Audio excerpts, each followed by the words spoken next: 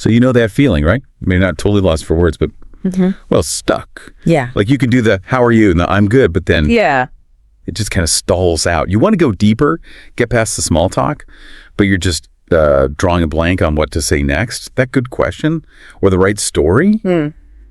And it's just not there. If you've ever felt that, that little bit of frustration, wanting to connect but not quite having the tools, then yeah, this deep dive is definitely for you. Oh, absolutely. It happens to, well, pretty much everyone, I think. Even people who talk for a living. Those moments where the conversation just doesn't quite lift off. But our source for this, Mastering English Conversation, a practical guide, it lays it out really well. Moving past that surface level, it's not about learning lines by heart. It's more about understanding the psychology behind it all, human connection. Exactly. And that's what this deep dive is about. We're not here to teach you, like, phrase book English. Think of it more as a shortcut to understanding the structure, maybe, the architecture of a really good conversation. We really dug into this guide to pull out these sophisticated ideas that are actually pretty simple when you break them down, things that can genuinely change how you interact with people. Yeah, our goal today really is to show how getting these often sort of overlooked details right can open up a whole new level of communication. We'll get into everything from like the single most important idea in the whole guide to some pretty advanced ways to handle tricky discussions. It's all designed to just fundamentally boost how you connect. Okay, so let's get into it. The guide kicks off with what it calls the golden rule. And it sounds simple, but honestly, the power behind it is huge. Show genuine interest. Now, this isn't just, being polite or nodding along. It's about actively engaging. It taps into some really deep psychology. The source talks about asking open-ended questions, listening for the feelings behind the words, mirroring expressions a bit, using those little verbal nods like, really? Or, oh, that's interesting. Or, tell me more about that. Even just a thoughtful, can work wonders. It invites people to say more. And what's really fascinating, I think, is how this works on a brain level, like neurologically. When you truly show interest, the other person feels, well, seen, validated, heard. And apparently this releases dopamine. It makes them feel good, and it sort of rewards them for opening up more. So, like, if someone says, oh, I went to the beach, instead of just, oh, nice, the guide suggests digging a bit. You might ask, oh, which beach? What makes it your kind of ideal spot? Or maybe, what was it about being there that really, stuck with you? It's asking, but it's also inviting them to think a bit more themselves. Yeah, and that flows perfectly into the next bit, asking really good follow-up questions. The guide gives these patterns, but it's less about memorizing and more about understanding why you're asking. So instead of just, how was it? Maybe try, what was the most surprising part? Or what's something about that experience you're still thinking about? They're not just questions, they're like precision tools, designed to open things up, get people thinking differently about their own stuff. Right. It highlights this sort of strategic power of asking the right kind of question. If someone mentions, I don't know, I really enjoy gardening, you could just say, oh, cool, which is fine. But you could ask, what is it about gardening that really pulls you in? Or even, has gardening taught you anything surprising? About patience, maybe. These questions don't take much effort from you, but they signal like a much deeper level of engagement. It turns a simple comment into a chance for real insight. Okay, but let's be real. Sometimes, even with the best intentions, your brain just needs a second to catch up, right? You're listening, you're processing, but the words, they aren't quite there yet. And that's where conversation fillers come in. The guide frames them not as like weaknesses, but as useful discourse markers. Sophisticated even. We mean things like, that's an interesting thought, or, well, if I had to put my finger on it, or maybe, it really makes you think about. Yeah, they do more than just buy you time. They're actually a natural part of fluent speech.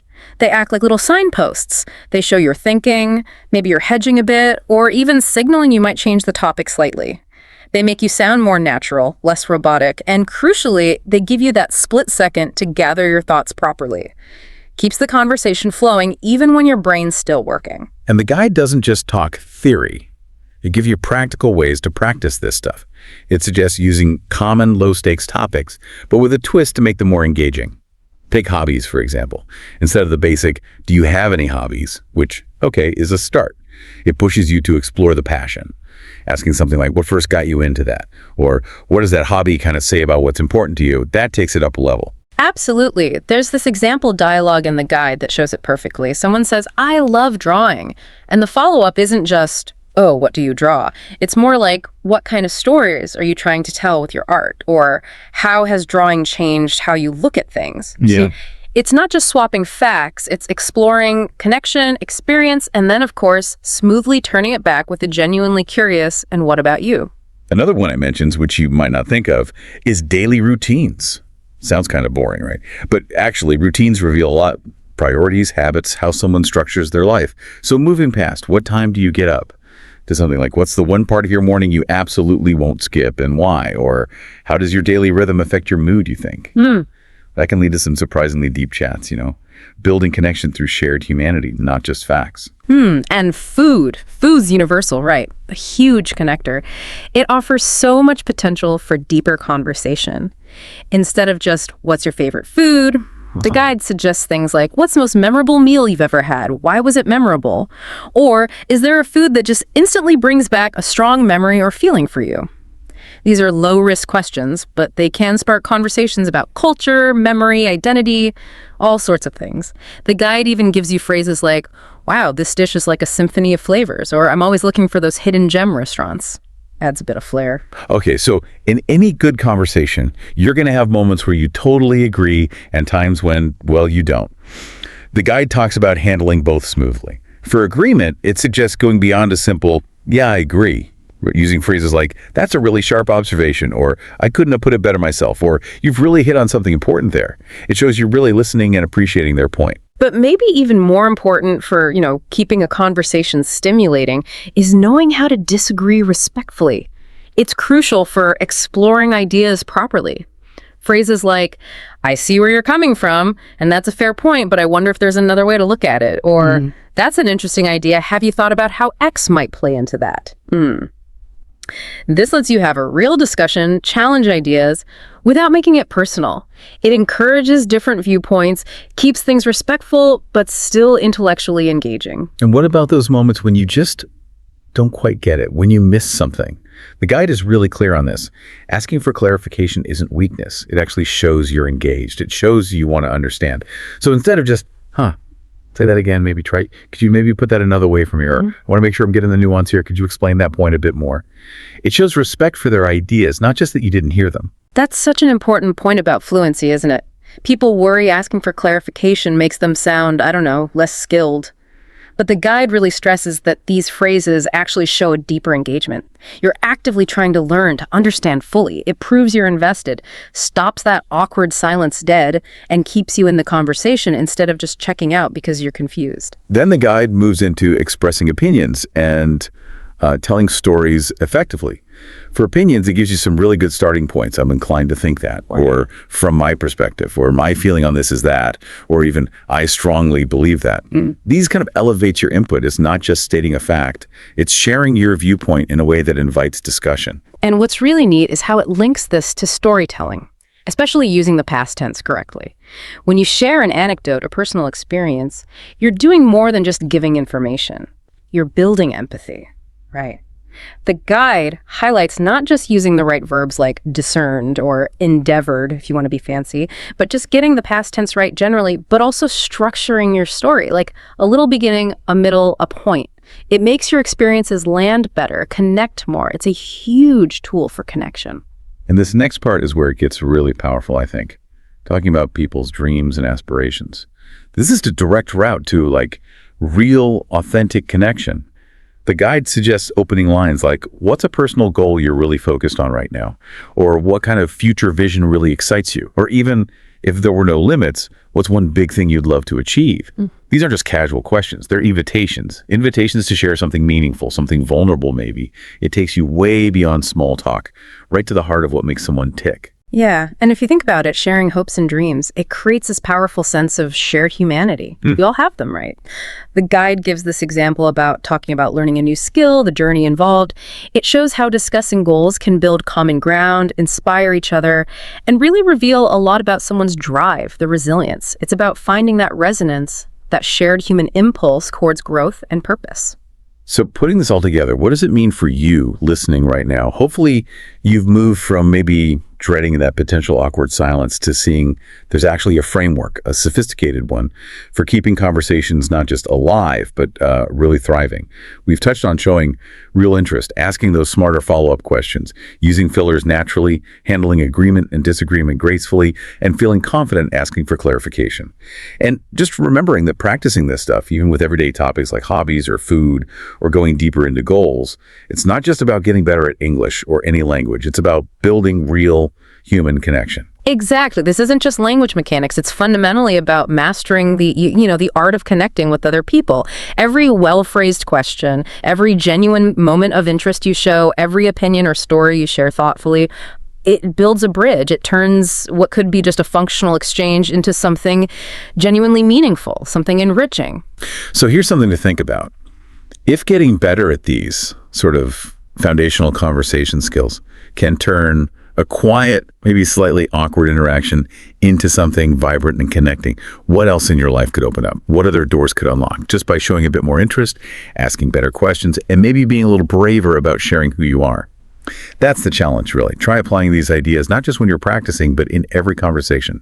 Really listen, really seek that deeper connection. It's amazing what can happen. Something we all do, but, maybe don't think about truly mastering everyday English conversation. Yeah, it's fundamental. Exactly. Forget getting bogged down in endless grammar rules.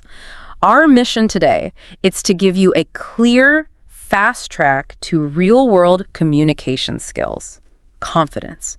We're drawing out insights from a really foundational guide. We're not just covering the basics. We're taking a deep dive into the art of genuine connection in daily interactions, unpacking practical strategies, things that can, transform your conversations, make them more impactful, and honestly, just more engaging. Absolutely. And our source for this deep dive is excerpts from Mastering Everyday English Conversation. But what's really fascinating here, I think, isn't just the language itself. Right. It's how the guide takes these seemingly simple exchanges and turns them into, a blueprint for truly connecting with people. We've pulled out the most powerful bits from the early chapters to give you, the listener, a fresh perspective on building that conversational confidence and skill. Okay, let's unpack this then. Starting right at square one. How to start a conversation the right way. We all know the greetings. Hi, how are you? Sure, standard stuff. But the guide shows there's a subtle mastery in how you deliver them. It actually recommends practicing phrases like hi, pause, pause, you. Slowly. And that slow practice is key. It's not just about getting the words out clearly, is it? There's something else going on. What's really insightful here is how this focus on pacing, it's not just for clear speaking. It's almost like a masterclass in creating psychological space. Psychological space, okay. Yeah, by slowing down just that little bit, you're kind of inviting a more thoughtful response. You shift it from just, a quick back and forth. It's running through the motions. Exactly. Into more of an invitation for actual engagement. It's a subtle way to signal, even with a simple hello, that you're present. Yeah. You're ready for real interaction. And that tends to make both people feel a bit more at ease. That's a fantastic point. I hadn't quite thought of it like that. So it's not just asking, it's signaling, almost non-verbally. Hey, I'm actually interested in your answer. Precisely. Because the guide's basic conversation example really shows this. You have person A, hi, how are you? B says, I'm good, thanks. And you? Then A, I'm doing well, what are you up to today? B, just working and trying to stay busy. And A wraps up with, I hear you, same here. Yeah, a very relatable exchange. Right. That simple flow doesn't just find common ground. It kind of uses that initial paced greeting to create the space for a follow-up question like, what are you up to? It sets the stage naturally. Okay, so you've nailed the greeting, you've opened the door. The next logical step is introducing yourself. Right. But again, the guide suggests it's not just what you say, but how you subtly leave little breadcrumbs for the conversation to follow. It gives these key phrases beyond just your name. My name is A, I'm from IDE, I live in I work as a FIM, and even I'm learning English because... And the real insight there, I think, is how each of those details acts like a tiny open loop. An open loop, like something for the other person to grab onto. Exactly. You're not just listing facts. You're intentionally planting these little curiosity triggers. If you say, I'm from Brazil, or I work as a designer, it's not just info. It's an invitation. Right. It immediately makes the other person think, oh, Brazil, what's that like? Or, oh, design, what kind? The guide also talks about shadow practice for these. Shadow practice. Yeah, like saying, my name is Sarah. slowly, mimicking the rhythm. It taps into neurolinguistics, really. You're training your mouth and your brain to copy native-like rhythm and intonation. Ah, so it becomes muscle memory. Precisely. It feels automatic, not like you're struggling to construct the sentence. It helps build that fluency from the ground up. Okay, this is where, for me, it gets really interesting. The absolute backbone of any interaction, not just talking, but connecting.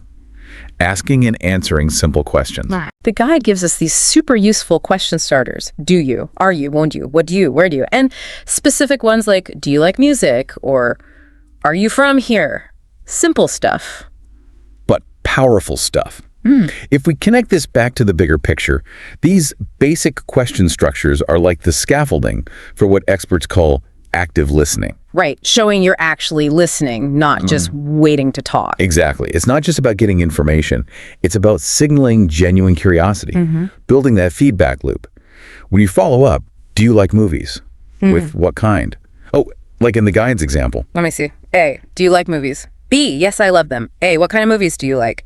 B, I like comedy and action movies. A, me too. Have you seen any good ones recently? Say, you're not just firing off another question, you're actually validating their first answer. Yes, I love them, and inviting them to share more about their world. This is a perfect example of natural follow-up. Keeps the conversational ball rolling smoothly. Okay, so we've got the opening down. Let's move beyond that initial conversational handshake. Let's talk about expanding your toolkit, starting with talking about your day.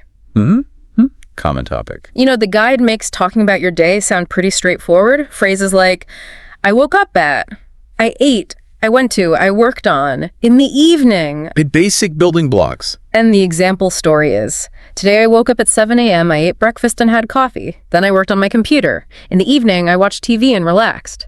Simple enough. Yeah. But how do we help listeners make that kind of narrative genuinely engaging? Not just a dry list of facts, because sometimes it can feel like that, can't it? That raises a really critical point. It's not just listing events. It's about sharing, relatable human moments. Yeah, the human element. Right. When you say, I worked on my computer, okay, that's a fact.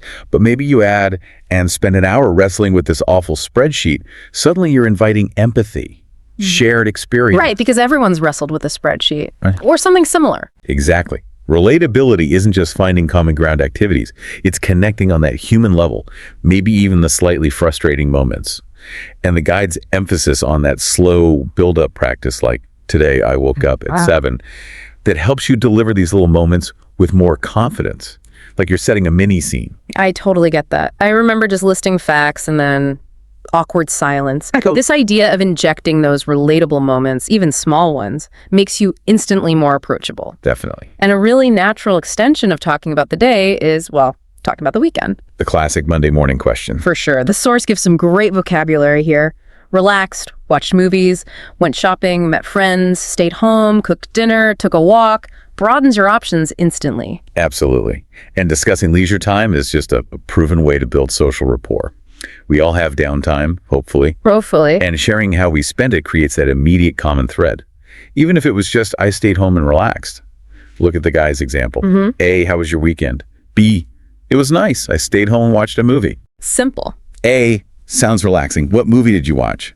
B, I watched a comedy. It was really funny. It's basic, yes, but it's a springboard. The art is leaving those little openings for follow-up. Which leads us perfectly into what feels like the next level. Talking about hobbies and interests. This is where you really start to reveal more personality, isn't it? Oh, absolutely. This is where connections can really deepen. The guide lists words like reading, drawing, playing sports, listening to music, gardening, traveling, dancing, and gives examples. In my free time, I like reading. Or, I enjoy playing guitar. My favorite hobby is drawing. These topics are conversational gold lines. They reveal personality, passions.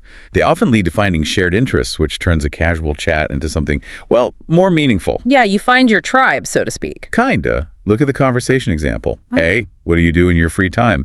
B, I like drawing and listening to music. A, that's awesome. What kind of music? B, mostly pop and soft rock. See that follow-up again? What kind of music? Exactly. It's not just getting information, it's an invitation. Explore shared tastes or understand unique passions. You could easily follow up with, oh, cool, who are your favorite artists? Or what kind of things do you like to draw? Okay, let's shift gears now to the really practical stuff. Everyday conversations. The guide moves into common settings, starting with navigating at the store. Right, where you need to be efficient but polite. This is where you put those foundational skills right to the test, isn't it? The source highlights some super useful direct phrases. How much is this? Can I try it on? I'm just looking, thank you. That's a classic. Do you have this in another size? And the simple, I'll take it. And the practice situation, the guide really nails that blend of politeness and directness. Clerk? Yeah. Well, can I help you? Yeah. I'm just looking, thank you. Polite refusal. Clerk? Sure. Let me know if you need anything. You? Actually, how much is this jacket, clerk? It's $40. You? Great. I'll take it. Straightforward. What's strategic there, I think, is how it models being assertive, but still courteous. That's a really key part of confident interaction in these scenarios. You're not being demanding, but you're clearly stating your needs or intentions. That's a good distinction. Assertive, not aggressive. Okay. And finally, let's cap off this practical section with another really common one. At a restaurant. Essential for getting by. Definitely. Ordering food, asking questions. The guide outlines those crucial sentences. I'd like to order. Can I have the menu, please? Do you have vegetarian options? Very important for many people. Yes. Can I get this without onions? Yeah. Preferences or allergies? And hopefully at the end, the food was delicious. Thank you. Always nice to show appreciation. Yeah. The conversation example with the server shows this clearly. Server? Hi, welcome. Can I get you something to drink? You. Yes, I'll have a glass of water. Simple request. Server. Ready to order? You. Yes. I like the grilled chicken with salad. Server. Sure. Anything else? You. No, that's all. Thank you. Clear, polite, efficient. Exactly. So what does all this mean for you, the listener? Well, mastering these common situations, using these clear phrases, it really empowers you. It helps you navigate daily life, not just with ease, but the real sense of confident presence. It's about feeling in control of your linguistic environment, you know? Absolutely. So we've just taken this journey really through the building blocks of conversation, but hopefully with a deeper look. From those first greetings, where, like you said, the pacing signals connection, to introducing yourself with those little curiosity triggers, then expanding the chat with relatable human moments, not just facts, and finally handling everyday situations like the store or restaurant with that assertive courtesy. Yeah, covering the foundations. It feels like this guide's approach, with the specific examples and that structured practice idea, it really equips you with genuine conversational fluency. It's not just memorizing phrases, it's understanding the art behind making them work. Well put. It's about the why as much as the what. And perhaps a final thought for you to consider. Think about how these seemingly simple, clear building blocks, greetings, questions, sharing a bit about your day when you approach them with this kind of strategic intent, how they empower you not just to speak English, but to truly connect, maybe even subtly influence interactions. Could mastering these foundational subtleties, this art of the everyday chat, actually be the key that unlocks more profound, more nuanced interactions, whether that's in your personal life or maybe even in surprising professional settings or across different cultures? What kinds of opportunities might just open up when you feel truly confident in that fundamental but also deeply strategic act of conversing? Tackling something really vital. It's all about mastering those everyday English conversations. Think about that feeling, that confidence, when you can really connect with people. Our mission today, to give you the tools, the words, but also the understanding behind them, making those connections actually, work. And we're doing this by looking at some key bits from a really great guide. It's called Mastering Everyday English Conversations. What I personally love about this source is just how practical it feels. It's got this chapter by chapter thing going on, building your skills from the ground up, almost like, Legos for language. That's a perfect way to put it. And our goal here for this deep dive is really to pull out the absolute must-knows from this guide. We want to show you how this kind of simple, structured learning isn't just like rote memorization. It actually leads to real breakthroughs in how you communicate. It's all about building that solid foundation, so you can use these skills in all sorts of real life situations, and eventually speaking confidently just feels, natural. Okay, let's get into it then. We're starting right at the beginning, part 1, the foundation of connection, starting conversations. And first up, chapter 1, common greetings. We're talking super simple stuff, but so important. Things like, hi, hello, hey there. Yep. Good morning, good afternoon, good evening. The guide really pushes this idea of repeat after me practice, getting that muscle memory down. But beyond just being polite, why are these little phrases so critical? That's a really good question, because it's not just what you say, it's the why. These basic greetings, they're like your universal social handshake. Oh, I like that social handshake. They instantly signal you're open, you're willing to, engage. Think about that example conversation they give. A, hi, how are you? B, I'm good, thanks. And you? Hey, I'm doing great. It's nice to see you. It's more than just swapping facts. It sets a positive mood, invites the other person in, shows you're actually present. Right. Without that opening handshake, you're kind of just walking into a room without saying hello to anyone. It feels off. Okay, that social handshake idea really clicks. Makes sense. So you've offered the handshake. What's next? Logically, the guide goes straight into chapter 2, introducing yourself. This is where you start sharing a bit, right? The practice lines are pretty clear. My name is Jay. I'm from Maine High. I live in J, and so on. Age, job, or student status. But introductions can feel awkward sometimes, especially in another language. What's the secret to, nailing this part? Any common mistakes? That's definitely a common hurdle. What the guide does, maybe subtly, is teach you to create a personal billboard. A billboard, okay. Yeah, concise, but gives the key info. Look at that full example they use for Sarah. Hi, my name is Sarah. I'm from Egypt. I live in Cairo. I'm 28 years old. I work as a nurse. I'm learning English to travel more. C, it paints a quick picture.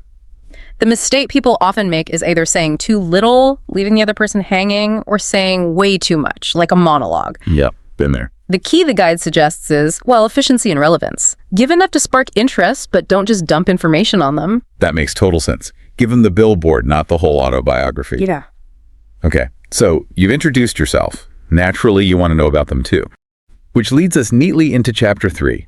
Asking someone about themselves. Again, super practical question starters. What's your name? Where are you from? What do you do? Basic stuff. But here's my question.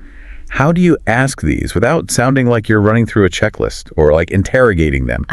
Yes, the interrogation risk. All It's right. a crucial point. And the guide kind of shows this through the example, the art of asking back and forth. Look at the Daniel conversation. A, what's your name? B, my name is Daniel. A, nice to meet you, Daniel. Where are you from? B, I'm from Spain. See how A doesn't just jump to the next question. They acknowledge the name first. Nice to meet you, Daniel. Right, it softens it. Exactly. It shows you're actually listening, you're interested in the answer, and maybe you share something about yourself too. It turns questions from, just data collection into building a kind of conversational bridge. A bridge, not a wall. I like that. Precisely. Opening the door to really understanding each other. Okay, building bridges. I love it. So we've made the connection, learned a bit about each other. Now the guide shifts focus to something more personal, talking about your own world. Because after hellos, people often wonder, so what's your life actually like?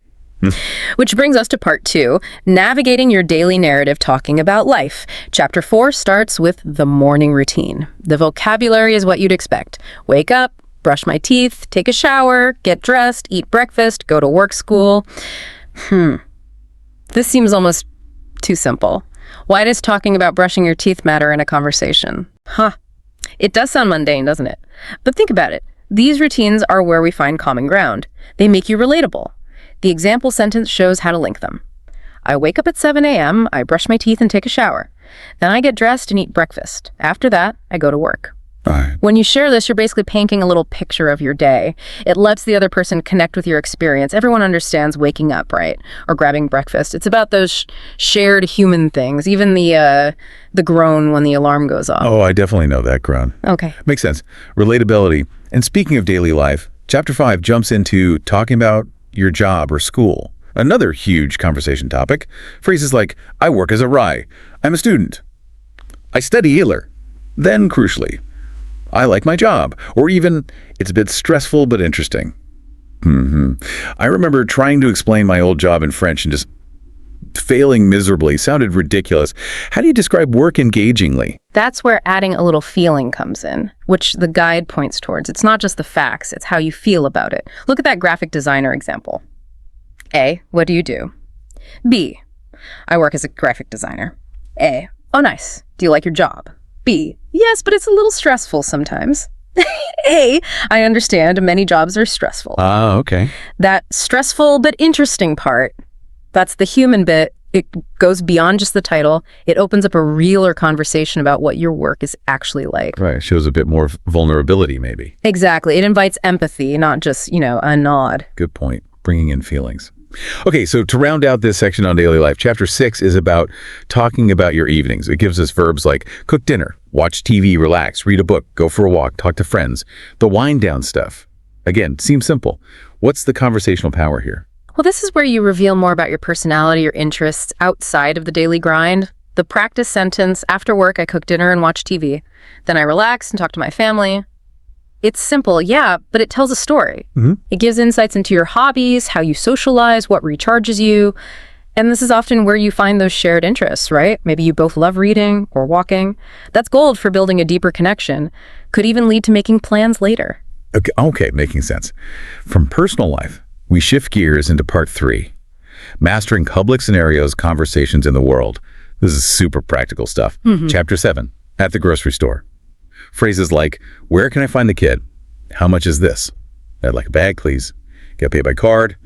Real essentials, but actually using them when you're flustered in a supermarket, that can be stressful. How do you build confidence here? The key thing the guide implies for the situations is clarity and directness are king. Look at the dialogue for finding milk. Clerk, hi, can I help you? You, yes, where can I find the milk? Clerk, aisle 3, near the bread. You, thank you. Short and sweet. Exactly, no need for fancy sentences. These phrases just empower you to get things done efficiently. It turns something potentially awkward like hunting for pasta in a foreign store into just a simple, successful task. Yeah. All right, just get it done. Okay, next up, the coffee shop. Chapter 8, another classic scenario. I'd like a small coffee, please. Can I get this to go? Due date cash. Can I sit here? And the essential. Thank you. Any quick tips for these rapid fire exchanges? Yeah, for coffee shops, it's all about being brief but polite. That sample conversation, ordering a latte, it's perfect. Barista, hi.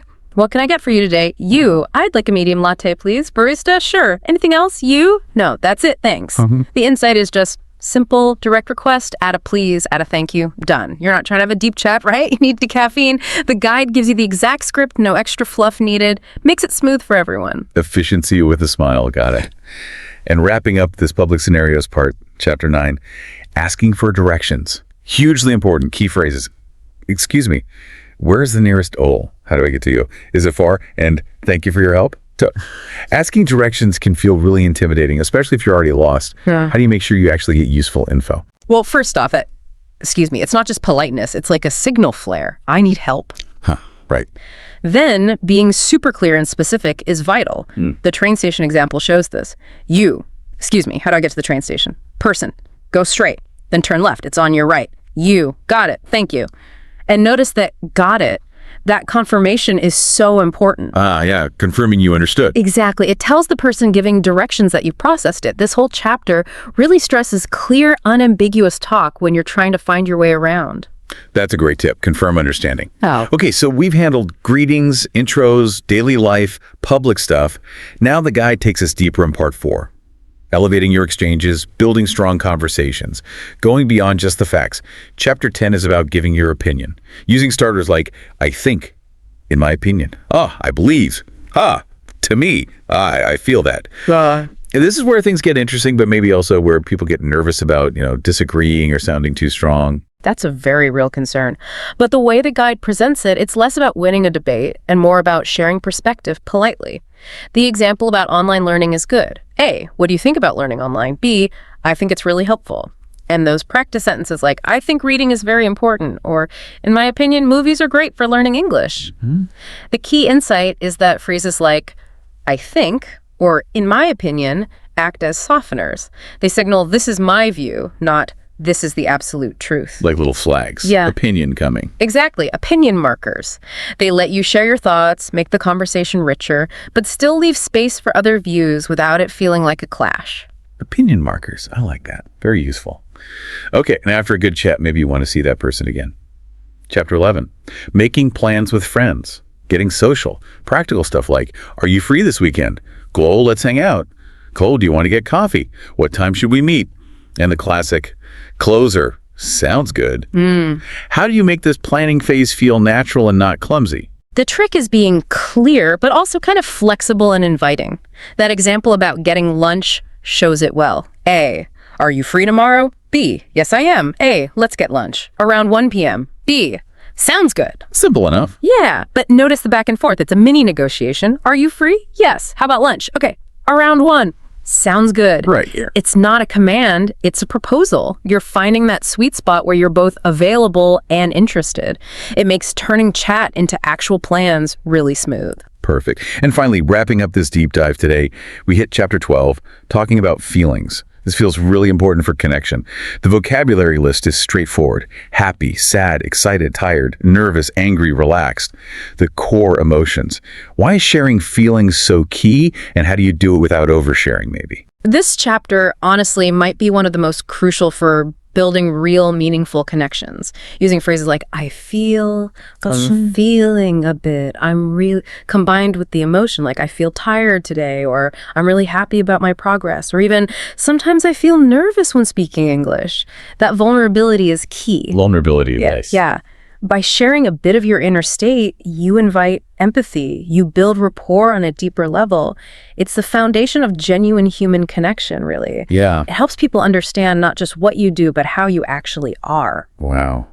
What a journey we've covered today. Seriously, Yeah.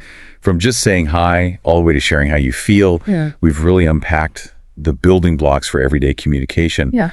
And you can totally see how each chapter layers onto the next, right? Absolutely. Creating this really comprehensive toolkit for you, the listener, to actually use out there.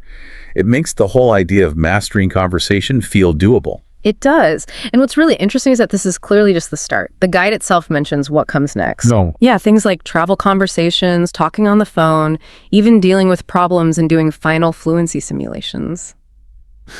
So these first parts we've looked at, they're clearly designed as that rock-solid base you need before tackling trickier situations. Which leads to a pretty interesting thought, doesn't it? If getting comfortable with these foundational everyday chats can open up so much confidence and connection, imagine what happens when you dive even deeper into those specific scenarios like travel or work calls or even, expressing more complex ideas. What kind of new opportunities, what new worlds might open up for you just by feeling confident enough to express yourself clearly? That is a powerful question to think about. Yeah. So take these ideas, these practical bits we've discussed today, try them out, practice them, turn the theory into your actual real-life conversation skills. You absolutely can do this.